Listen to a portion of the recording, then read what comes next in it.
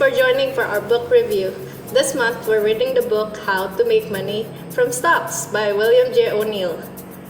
A little bit about William J. O'Neill. He's an American entrepreneur, stockbroker, and writer. He's also the founder of Investor Business Daily. This book has been sold more than 2 million copies and is a bestseller. Today, we will go over this book and I will have 4 expert guests to help me review this book. The first part is the technical part. The first 100 pages of the book is actually just charts. 100 charts of the growth stocks of the past 100 years. So O'Neill emphasized that you have to be able to read charts, understand charts to be able to trade correctly. Here's my first guest, Hannah, with the most important charts. There are many patterns of charts. Here are some important ones. Cup with handle, saucer, flat basis, ascending basis, high thigh flags, and double bottoms. These continuous chart patterns provide investor with a confident choice whether the stock will later appreciate or depreciate. Understanding these charts won't give you the guarantee to be right every time. There's just no such thing in the stock market. To further explain this methodology, we have Pa Arif Budiman, a very successful young investor. Part 1 is winning system or canceling. This section explains how to reap a profit from stock. William O'Neill in this section describes the methods which he thinks is the best in stock investing. The best way of investment in stock by William O'Neill is canceling method. Canceling is the first of 7 letters by William O'Neill. Most important thing to consider when playing the stock. For the first is C. C, current quarterly earning per share. The percentage increase in earning per share is single important element selection stock. The key factor in here is how much the current quarter earning are up in percentage term from the same quarter the year before. For example, third quarter earning of 2015 should be greater than third quarter earning of 2014. And in the important accelerating earning should be supported by accelerated sales. So what's the minimum increase in quarterly earning? I think canceling system such as no less than 18% to 20%. I see. And the second E, annual earning increase. You must select stock with 25% to 50% annual growth rate of the company. And you must check the stability of company's 5-year earning record. So it's important to look for the stock with significant growth? I think yes, you are right. Look for the significant growth. Okay. Third N, new product, new management, new expansion plan. You must search company that have a key new product, new management, new expansion plan. If company fulfills something new criteria, then we see a new consolidation pattern forming a price chart. You have to purchase stock as soon as stock break consolidation. So is anything new a good indication of a successful company? Yes, you are right. For investment is buying at the right time. I see. Next is fourth is S, supply and demand. The stock should have less number of outstanding because less outstanding share increase liquidity, so price can rise and fall quickly.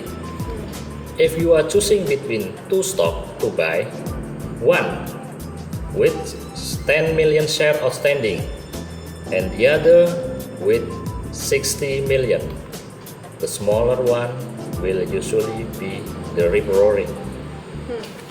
And you choose low corporate debt to equity usually better. So shares outstanding and a big volume demand. Yes. Supply and demand.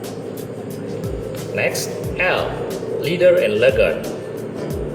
Which is your stock leader doesn't mean biggest company. A leader stock is one which not only perform the market but also the other stock in its industry. All stock that are industry leader in terms of stock price performance have relative strength minimum 87. Relative strength is measure of strength against every other stock in its sector. For example, if the price of company X share is $22 and price of company Y is $25, the relative strength of company X to company Y is 87. And the next is I, institutional sponsorship. Institution mean mutual fund, hedge fund, or wealth management firm. If stock doesn't have institutional ownership, it means a company has been rejected from the sky of business. So we have to look for stocks that has institutional ownership. Yes, at least 3 or 10 institutional owner. I see. And the last is M, market direction. In chapter 7 is the most important chapter in part 1. William O'Neill wrote in the first paragraph, "You can be right on every one of the factors in the first 6 chapters, but if you are wrong about the direction of the general market, 3 out of 4 your stock will plummet with the market average. So, you should only enter the market when it is on bull." So William O'Neill closes the part 1 with this market direction pointer. So that's the most important. So do not fight the market because it's bigger than you are. Is that correct? Yes. Okay. In other words, just enter when the market is bull. Yes. And the direction the market is very dominant in the determining whether you are gain or loss in the stock investing. Noted. Thank you very much, Pak Arif, for coming and explaining us to this part 1. Okay. Much appreciated. So for this part 2, we are fortunate to have Pak Johan Nurjaidi, welcome, where he will explain after we pick the stocks in part 1, what do we do with them? You mentioned an important part. In fact, selling should be considered and planned before buying those stocks. Writing down the price at which you expect to sell if you have a loss, as well as the expected profit of all the stocks you purchase. O'Neill mentioned investors can be good at stock selection, but because they have studied at the right understanding, but they can be ignorant about why, how, and when to sell their stocks. What are other interesting points for this part 2? I think the interesting part are to understand when to sell the stocks, if the selection or timing might be wrong, when to sell and take profit, should you diversify. I see. But how do we know if our selection is wrong? The price of the stock dropped below your purchase price. The secret to winning in the stock market is to lose the least amount possible when you are not right. Say we select the wrong stock. What are the corrective action we could take? Sell that stock, cutting your loss when it is 7% or 8% below the price you paid. Why? Can't we wait for the price to recover? Letting your losses run is the most serious mistake made by almost all investors. Having the courage to sell is the only way you can protect yourself against the possibility of greater losses. It is a dangerous policy to assume that because a stock goes down, it has to come back up. Many don't, and some take years to recover. Okay, what to do if our stock price goes up? Do we keep it or do we sell it? Sell on the way up while your stock is still advancing and looks strong to everyone else. Any percentage you advise? Sell your stock if it increases 20% from the purchase price. Is it not too early? It is far better to sell early. If you're not early, you'll be late. You'll never sell at the exact top. A 20% gain in 3 to 6 months was substantially more productive than a 20% that gain in 12 months to achieve. So get out while a stock is up. Okay. There's a saying that do not put your eggs in one basket. Does that mean that we need to diversify our stock selection? The more you diversify, the less you know about the other area. The best results are achieved through concentration. Putting all your eggs in just a few baskets that you know a great deal about, and continuing to watch those baskets very carefully. Most people with 20,000 to 100,000 to invest should consider limiting themselves to only 4 to 5 carefully chosen stocks. The winning investor objective should be to have 1 or 2 big winners rather than dozens of very small profits. So the more important points made in this part 2 is to sell when you profit at 20% and to also sell when you're losing at 8%. Is that correct? Great, you grabbed the points. Thank you, Pak Johan. You're welcome. So for this part 3 of the book review, we have Mr. Iman Ginanjar Hello, and Ms. Master. Indah Sari. Thank you for joining us. Hello. Both are expert investors. They have made a lot of money. So, do you think O'Neill's book have any tips that you can apply in your day-to-day practice? Sure. If I may say, part 2 is the most informative part of the book, while part 3 is probably the complementing part, since on chapter 13 to 15, they are being used by the author to promote his investor daily newspaper. So probably for Indonesian market, we can just have a quick view on that to get the insight. So, which chapters do you think is the most important? Well, early chapters may be considered to be less important, but it is nice to have if you have time to read those chapters. So we have chapter 16, the art of tape reading. Chapter 17, should you buy options, Nasdaq stocks, new issues, tax shelters, foreign stocks.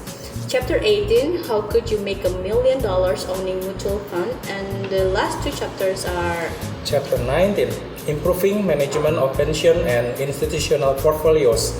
Again, this is content the author promotion. Last chapter of this book is chapter 20.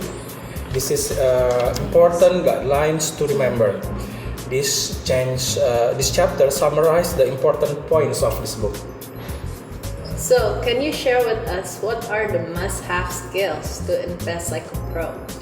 Okay, there are 9 skills you must have according to O'Neill. First 5 skills are: first, delay your gratification. Pro investor practice patience and invest upfront to reap long-term rewards. Second, distinguish myth from truth. Pro investors don't believe everything they hear in the news. They don't panic about looming bubbles, bursts, or crashes. Third, become financially literate. Pro investors work on their businesses, not in their businesses. Pro investors use their own asset to work on them rather than them working for money. Fourth, leverage your time. Pro investors work smart, they don't work hard. They leverage time by investing early for the long term. Fifth, discipline yourself. Pro investors practice daily self-discipline. They wax on and wax off consistently and persistently on their daily, weekly, monthly, and annual goals. What are the other 4 skills that is necessary to have? Okay, well, the sixth, master your emotion. Pro investor take cool reactions to external circumstances. They pause, quick weigh the option and respond in a way that creates the outcome they want. 7. Just decide. Pro investors are decisive. They trust their intuition, decide promptly, and course correct along the way. The 8 is persist. Pro investors plan their work and work their plan, even when they don't feel like it. Once they have chosen their investment vehicle, they go deep, not wide. And the last one is lead yourself, lead the team. Pro investors know who they are, leverage their strength, outsource their weaknesses, and know why they invest. So knowing this, are you operating like a professional investor? Which of these skills do you already have? Which of these skills would you like to sharpen? I choose one a day and take one small step in that direction. The next part of the book, which I think is one of the more important ones, O'Neill shared the 18 common mistakes that every investor makes. Reading it, I know that I've made those mistakes. So, can you share with us what are the 18 most common mistakes that investors make that O'Neill shared in this part 3? I will share some of them to you, the most important ones. 1. You must think in terms of number of dollars you're investing, not the number of shares you can buy. 2. People buy company names and they are familiar with names they know, and that's a mistake. 3. Personal feelings and opinions are far less accurate than markets. See. Is there any other common mistakes that we make? Yeah, I would like to add another 3. I think that it, in my opinion, is the most important to know. Okay, So, what is it? yeah, stubbornly keep waiting and hoping not to cut loss, but instead their loss getting bigger and bigger, and it costs them dearly. The second one is worry too much about taxes and commission. Your key objective should be making net profit, not for the too much worry. And the last one is investors are usually influenced by things that are not really crucial, such as stock splits, increased dividends, or news announcements. Be totally honest with yourself. How many of that habit mentioned above describe your investment beliefs and practices? Those are the common mistakes. I can't believe I've been making the mistakes. Thank you for sharing, Ms. Indah and Mas Iman. You're welcome. Thank you. So that's the end of our book review, How to Make Money from Stocks by William J. O'Neill. For myself, it's probably one of those books that I will pick up from time to time as a tool for my daily investing practice. Thank you for joining us. Very happy you did. Until next time. So here are the lessons learned. Charts. It's important to understand charts. Can Slim, it's a winning system to pick growth stocks. Knowing when to sell.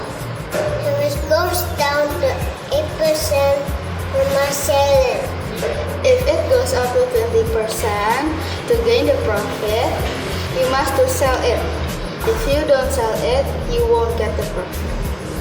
Only enter in bull market. Market direction is very important. The market is much bigger than you are.